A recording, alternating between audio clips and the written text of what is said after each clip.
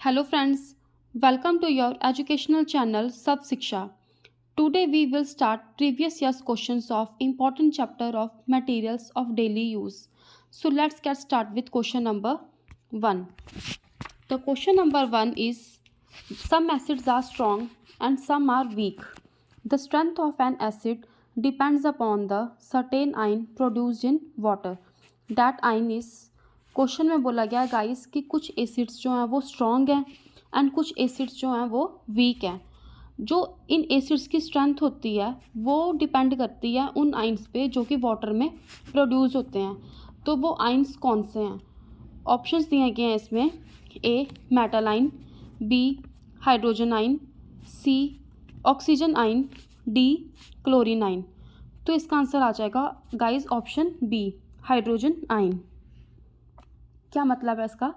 Because strength जो होती है एसिड्स की इन वाटर वो डिपेंड करती है हाइड्रोजन आइंस की कंसंट्रेशंस पे, जिसको हम क्या बोलते हैं? Hydronium ions. एंड जो स्ट्रॉन्ग एसिड्स होते हैं गाइस वो कम्प्लीटली डिसोसिएट होते हैं वाटर में एंड हाईली कंसंट्रेशन प्रोड्यूस करते हैं एच पॉजिटिव आइंस में। और जो वीक एसिड्स होते हैं वो क्या करते हैं? वो जो है वो पार्शियली डिसोसिएट होते हैं, जिनकी लोअर कंसंट्रेशन होती है एच पॉजिटिव आइंस की। तो क्या आ जाएगा इसका आंसर? हाइड्रोजन आइन। उसके बाद चलते हैं next question, question number 2। Hydrochloric acid is produced in our stomach to digest food, still it is not considered as an organic acid, why? Question में बोला गया गाइस कि हाइड्रोक्लोरिक एसिड जो है वो हमारे स्टमक में प्रोड्यूस होता है, जो कि हमारी फूड की डाइजेशन में हेल्प करता है। Still it is not considered as an organic acid, but फिर भी ये ऑर्गेनिक एसिड नहीं माना जाता, वाई? ऑप्शंस दिए गए हैं इसमें। A it does not have carbon atom, B it does not have carboxylic group, C it does not produce H positive ion in water, D all of the above. तो इसका answer आ जाएगा guys option B, it does not have carboxylic group. क्योंकि HCl जो है वो organic नहीं है, बिकॉज ऑर्गेनिक कंपाउंड्स जो हैं वो कंटेन करते हैं कार्बन एंड HCl, जो कि हाइड्रोजन एंड क्लोरीन से बना है। हमारे स्टमक में जो HCl की प्रेजेंस सिर्फ डाइजेशन के लिए होती है गाइस, और ये जो कार्बोक्सिलिक ग्रुप है ये लैक करता है because of its fundamental chemical composition and classification. उसके बाद आ जाएगा next question, question number 3। Which of the following acts as a natural indicator for pollution in water? Question में बोला गया है कि इनमें से ऐसा कौन सा जो नेचुरल इंडिकेटर की तरह एक्ट करता है for pollution in water. Options दिए गए हैं इसमें guys. A lichen, B algae, C China rose plant, D fungi. तो इसका आंसर आ जाएगा गाइस ऑप्शन ए लाइकन। क्या है ये? ग्लाइकेंस जो है ये एक्सीलेंट बायो इंडिकेटर हैं, बट खासकर ये एयर पॉल्यूशन के लिए, स्पेशली सल्फर डाइऑक्साइड के लिए, ना कि वाटर पॉल्यूशन के लिए। ये जो है ये एटमॉस्फेयर से न्यूट्रिएंट्स एंड वाटर एब्जॉर्ब करते हैं डायरेक्टली, जिससे कि एयर में प्रेजेंट जितने भी कंटामिनेंट्स होते हैं उनके लिए ये हाईली सेंसिटिव होते हैं, जो इनकी फोटोसिंथेसिस एंड ग्रोथ को रोकते हैं। और ये जो है वो पुअर एयर क्वालिटी इंडिकेट करते हैं।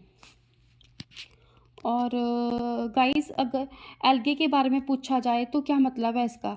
एल्गे जो हैं ये वाटर पॉल्यूशन के लिए नेचुरल इंडिकेटर हैं, और ये nutrient overloaded means eutrophication and air pollution के लिए काम करते हैं। यूट्रोफिकेशन का क्या मतलब है गाइस? इसका मतलब ये है कि इसमें हाई कंसंट्रेशन होती है नाइट्रोजन एंड फॉस्फोरस की सीवेज से, जो कि कॉज करते हैं रैपिड एक्सेसिव ग्रोथ एल्गे की। उसके बाद आ जाएगा next question, question number 4। The question number 4 is if a strong base reacts with equally strong acid then what would be the nature of the resulting solution. Question में बोला गया guys कि अगर स्ट्रॉन्ग एसिड जो है base जो है वो रिएक्ट करेगा इक्वली स्ट्रॉन्ग एसिड के साथ, तो उस रिजल्टिंग सॉल्यूशन का नेचर कैसा होगा। ऑप्शंस दिए गए हैं इसमें। ए स्लाइटली एसिडिक। नो गाइस, ये तो बिल्कुल भी नहीं है।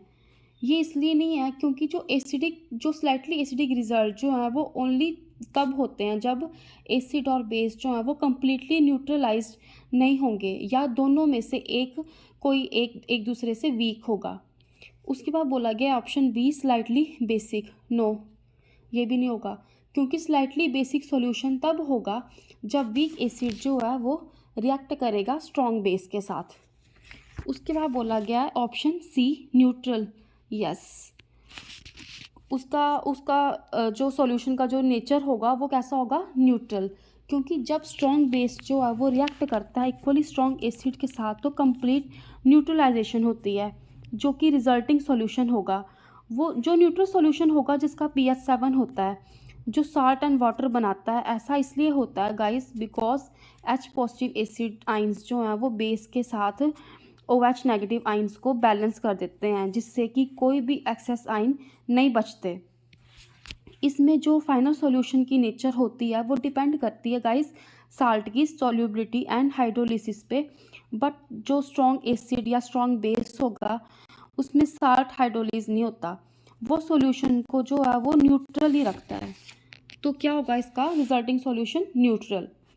और उसके बाद ऑप्शन में दिया गया कैन नॉट बी प्रिडिक्टेड। तो गाइज ये भी नहीं होगा कि, क्योंकि हम तब प्रिडिक्ट नहीं करेंगे जब इजीली जब Ka एंड Kb जो है वो वीक एसिड या वीक बेस के साथ रिएक्ट करता है, तब तक हम प्रिडिक्ट नहीं कर पाएंगे।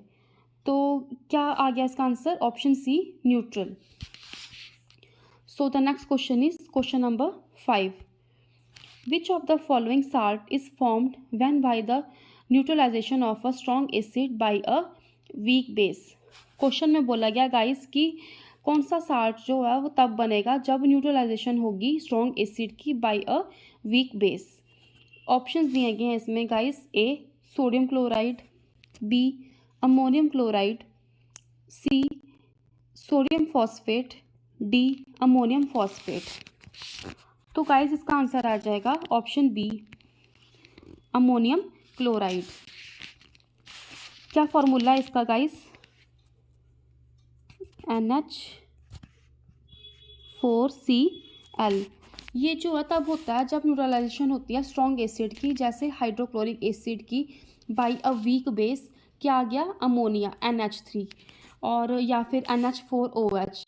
क्या रिजल्ट देता है ये, slightly acidic in solution, not basic, because ammonium ion जो है वो जैसे NH4 पॉजिटिव हो गया, ये H हाइड्रोनियम आयन के साथ मीन्स H3O पॉजिटिव आइंस के साथ जब हाइड्रोलिस करते हैं तो क्या होगा, क्या रिएक्शन देते हैं ये, तो ये रिएक्शन देते हैं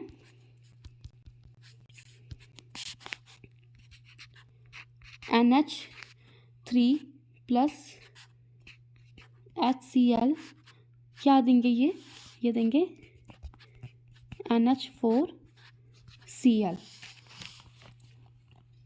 इसका मतलब ये है कि अमोनियम आयन जो है, जैसे अमोनियम आयन जो है वो हाइड्रोनियम आयन के साथ जब रिएक्ट करेगा तो इसका जो रिएक्शन होगा वो क्या देगा, अमोनियम क्लोराइड। तो तभी तो जो साल्ट जो बनेगा neutralization of strong acid by weak base, तो वो कौन सा साल्ट बनेगा, ammonium chloride. So the next question is question number 6। The question number 6 is fibers of cotton are chemically considered as a polymer called cellulose. Name the monomer of cellulose. Question में बोला गया guys कि जो fibres होते हैं cotton के वो chemically माने गए हैं एज अ पॉलीमर, जिसको हम सेल्यूलोज बोलते हैं। तो उस मोनोमर, जो मोनोमर है वो सेल्यूलोज का, उसको क्या बोलेंगे हम। ऑप्शंस दिए गए हैं इसमें, ए अमाइनो एसिड, बी ग्लूकोज, सी फ्रक्टोज, डी सुक्रोज। तो इसका आंसर आ जाएगा गाइस ऑप्शन बी ग्लूकोज। उस मोनोमर का क्या नाम है, ग्लूकोज। क्या फॉर्मूला है गाइस इसका ग्लूकोज का, C6H12O6। ये जो है ग्लूकोज का फॉर्मूला है, जिसका मतलब ये है कि ये अनहाइड्रो बीटा ग्लूकोज है। ये सेल्यूलोज जो है ये एक नेचुरल पॉलीसैकेराइड है, जो कि कितने ही थाउजेंड्स ग्लूकोज की पॉलीमराइजेशन से आपस में लिंक करने से बनता है। तो इसका आंसर क्या आ जाएगा गाइस, ग्लूकोज। उसके बाद आ जाएगा next question, question number 7। Rearing silkworm to get silk is one of the oldest occupation activity in India. This practice of rearing silkworm is called, question में बोला गया है गाइस कि rearing silkworm to get silk, की silkworms की rearing करना, silk प्राप्त करना, वो जो है ओल्डेस्ट ऑक्यूपेशन है इंडिया की। तो ये जो प्रैक्टिस है रियरिंग सिल्क वर्म की, उसको हम क्या बोलते हैं, क्या नाम दिया गया उसका? ऑप्शंस दिए गए हैं इसमें। ऑप्शन ए पिसिकल्चर, नो, ये जो एक artificial breeding, rearing and cultivation of fish है, जिसको कि फ़िश फार्मिंग बोलते हैं। ये पिसिकल्चर जो है फ़िश फार्मिंग के लिए यूज़ किया जाता है। ये जो है आर्टिफिशियल ब्रीडिंग है, जो कि rearing and cultivation of fish, जिसको क्या बोलते हैं हम? Fish farming. ये जो एक ऐसा टाइप है एक्वाकल्चर का जो कि फोकस करता है ओनली ऑन फिश, और इसका कमर्शियल पर्पस जो है गाइस वो है like food, ornamental value and control करता है एनवायरनमेंट को, जैसे कि पॉन्ड्स हो गया, टैंक हो गया एंड केजेस हो गया। तो ये तो बिल्कुल भी नहीं है इसका आंसर गाइस। उसके बाद ऑप्शन में दिया गया है ऑप्शन बी सिल्वीकल्चर, ये भी नहीं है गाइस। इसका क्या मतलब है? इसका ये मतलब है कि ये जो है जैसे कि टिम्बर हो गया, वाइल्ड लाइफ हो गया, वाटर एंड रिक्रिएशन की जो नीड्स है उनको पूरा करने के लिए ये इसमें प्लांटिंग, इस जैसे इसकी मान लो गाइस, इसमें जैसे प्लांटिंग हो गया, थिनिंग हो गया, हार्वेस्टिंग का यूज़ करके timber, wild life, water and recreation की नीड्स को पूरा करने के लिए ना फॉरेस्ट की ग्रोथ और कंपोजिशन एंड हेल्थ को कंट्रोल करने का आर्ट है। इसको क्या बोलते हैं हम? सिल्वीकल्चर। उसके बाद आ जाएगा ऑप्शन सी एपीकल्चर, ये भी नहीं है गाइस। एपीकल्चर का क्या मतलब है? Bee keeping. ये जो एक ऐसा साइंटिफिक मेथड है जैसे कि for rearing, managing and maintaining honey bee in artificial hives for commercial production of honey, bee wax, pollen, royal jelly and venom. Apiculture जो है वो बी कीपिंग के लिए यूज़ किया जाता है वर्ड। उसके बाद आ जाएगा ऑप्शन डी सेरिकल्चर। यस, ये जो सेरिकल्चर जो है ये यूज़ किया जाता है to get the silk worm. इसका क्या मतलब है? इसको जो हम सिल्क फार्मिंग भी बोलते हैं गाइस। ये जो एक एग्रो बेस्ड इंडस्ट्री है ऑफ रियरिंग सिल्क वर्म, जिसका जैसे कि एग्जांपल ले लो बॉम्बिक्स मोरी। क्या आ जाएगा?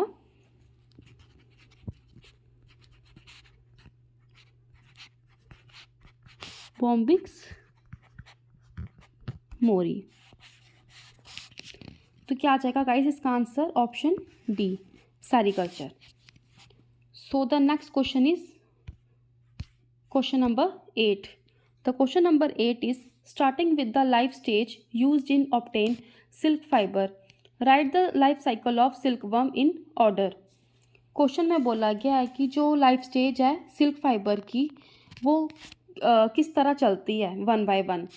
तो इसमें ऑप्शंस दिए गए हैं इसमें A cocoon, pupa, moth, egg, B egg, pupa, cocoon, moth, C moth, egg, cocoon, pupa, D cocoon, moth, egg, pupa.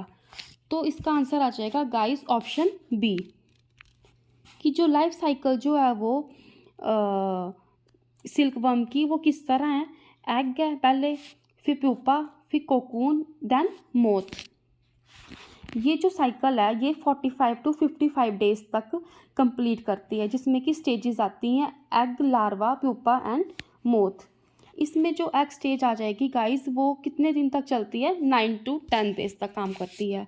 उसके बाद क्या आ जाएगी? लार्वल स्टेज, जो कि रहती है 24 to 28 डेज तक। उसके बाद क्या आ जाएगी? Pupal stage. प्यूपल स्टेज जैसे ये 8 to 10 डेज तक होती है। और लास्ट में आ जाएगी मोथ स्टेज, ये जो है 3 to 4 डेज तक रहती है। इसमें होता क्या है गाइस? इसमें जो है कंप्लीट मेटामॉर्फोसिस होती है, जहाँ लार्वा जो है मलबेरी लीव्स को खा जाता है और स्पिन करता है कोकून को एंड ट्रांसफॉर्म करता है इसके अंदर और एमर्ज करता है एज अ मोथ, जो कि एग बनाता है। और ये जो है ऐसा पूरी लाइफ साइकिल क्रिएट करके पूरा फिर से दोबारा न्यू साइकिल स्टार्ट कर देते हैं। उसके बाद आ जाएगा guys next question, question number 9। A doctor prescribed a medicine to treat hyperacidity. The main ingredient of the medicine is question में बोला गया गाइस कि डॉक्टर जो है प्रिस्क्राइब करते हैं मेडिसिन हाइपर एसिडिटी को ट्रीट करने के लिए, और जो मेन इंग्रेडिएंट जो है इस मेडिसिन में वो कौन सा है इनमें से। ऑप्शंस दिए गए हैं इसमें गाइस, इसमें A magnesium chloride, B calcium carbonate, C sodium carbonate, D aluminium hydroxide. तो गाइस इसका आंसर आ जाएगा ऑप्शन डी एल्यूमिनियम हाइड्रोक्साइड। ये जो है एंटासिड्स होते हैं जो कि रिलीफ देते हैं from hurt burn, acid indigestion and upset stomach. तो क्या आ जाएगा इसका answer option D aluminium hydroxide. So the next question is question number 10। Bakelite is used in making electrical appliances because it is a. Question में बोला गया है कि जो बैकेलाइट जो है वो यूज़ किया जाता है इलेक्ट्रिकल अप्लायंसेस बनाने के लिए, क्योंकि ऑप्शन दिए गए हैं इसमें A good conductor of heat, B good conductor of electricity, C good insulator of electricity, D thermoplastic. तो गाइस क्या आ जाएगा इसका answer option C good insulator of electricity, because ये जो शॉक है करंट लगने से रोकता है और ये हाईली हीट रेजिस्टेंट होता है एंड ये ऐसे कंपोनेंट्स बनाता है गाइस जैसे कि स्विचेस हो गया, सॉकेट्स हो गया, अप्लायंसेस हो गया, जो कि सेफ हैंडल होते हैं और ये ड्यूरेबल भी होते हैं। सो the next question is question number 11। Which one of the following man made fibres is also called artificial silk. Question में बोला गया कि ऐसे कौन से मैन मेड फाइबर इनमें से जिनको हम आर्टिफिशियल सिल्क भी बोलते हैं। ऑप्शंस दिए गए हैं इसमें गाइस, ए पोलिएस्टर, बी नाइलॉन, सी रेयन, डी एक्राइलिक। तो गाइस इसका आंसर क्या आ जाएगा ऑप्शन सी रेयन। क्या मतलब है इसका सिमिलर टेक्सचर, ये जो है इसका सिमिलर टेक्सचर होता है और इसकी बनावट नेचुरल सिल्क की तरह होती है, बट ये जो वुड पल्प जैसे नेचुरल सेल्यूलोज से प्रोड्यूस होता है और इसको क्लासिफाइड किया गया है as a semi synthetic fibre. तो क्या आ जाएगा गाइस इसका answer option C rayon. So the next question is question number 12। PET bottles and jars are commonly used for storing edible items. PET is a very familiar form of. Question में बोला गया guys कि पेट bottles and jars जो होते हैं वो commonly use की जाती हैं एडिबल आइटम्स को स्टोर करने के लिए। ये जो एक फैमिलियर फॉर्म है किस चीज़ की।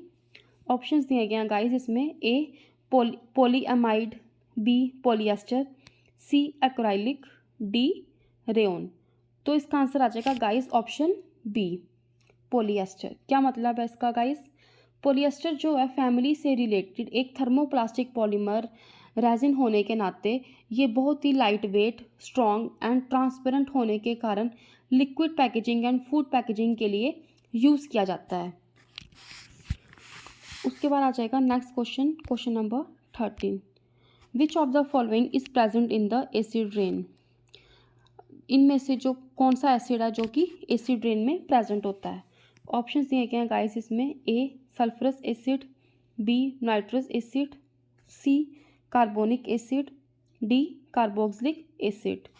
तो इसका आंसर आ जाएगा guys option A sulphurous acid. ये जो सल्फरस एसिड जो इसका फॉर्मूला क्या है गाइस, इसका फॉर्मूला है H2SO3।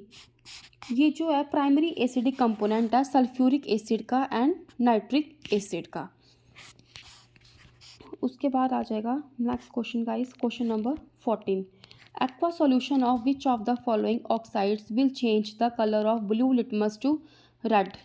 क्वेश्चन में बोला गया गाइस कि एक्वा सॉल्यूशन जो इनमें से ऑक्साइड्स जो है वो चेंज करते हैं कलर ब्लू टू रेड, किसकी वजह से। ऑप्शन दिए गए हैं गाइस इसमें, A copper oxide, B iron oxide, C magnesium oxide, D sulphur dioxide. तो गाइस इसका आंसर आ जाएगा ऑप्शन डी सल्फर डाइऑक्साइड। क्या मतलब है इसका, ये जो है सल्फर डाइऑक्साइड एक नॉन मेटालिक ऑक्साइड है। ये सल्फरस एसिड तो बनाता है वाटर में जो कि एसिडिक है और टर्न करता है blue litmus to red. So the next question is question number 15। Tartaric acid is found in. Tartaric acid जो है वो किस में पाया जाता है इनमें से। ऑप्शंस दिए गए हैं गाइस इसमें, ए लेमन, बी आंवला, सी अनराइप मैंगोस, डी ग्रेप्स। तो जो टार्टरिक एसिड जो है वो किस में पाया जाता है, एक अनराइप मैंगोज में पाया जाता है और एक ग्रेप्स में पाया जाता है। तो क्या आ जाएगा आंसर इसका? Option C, C and D. जो टार्टरिक एसिड जो है वो अनराइप मैंगोज में पाया जाता है और ग्रेप्स में पाया जाता है। सो गाइस, ये थे आज के मेरे most important questions related to materials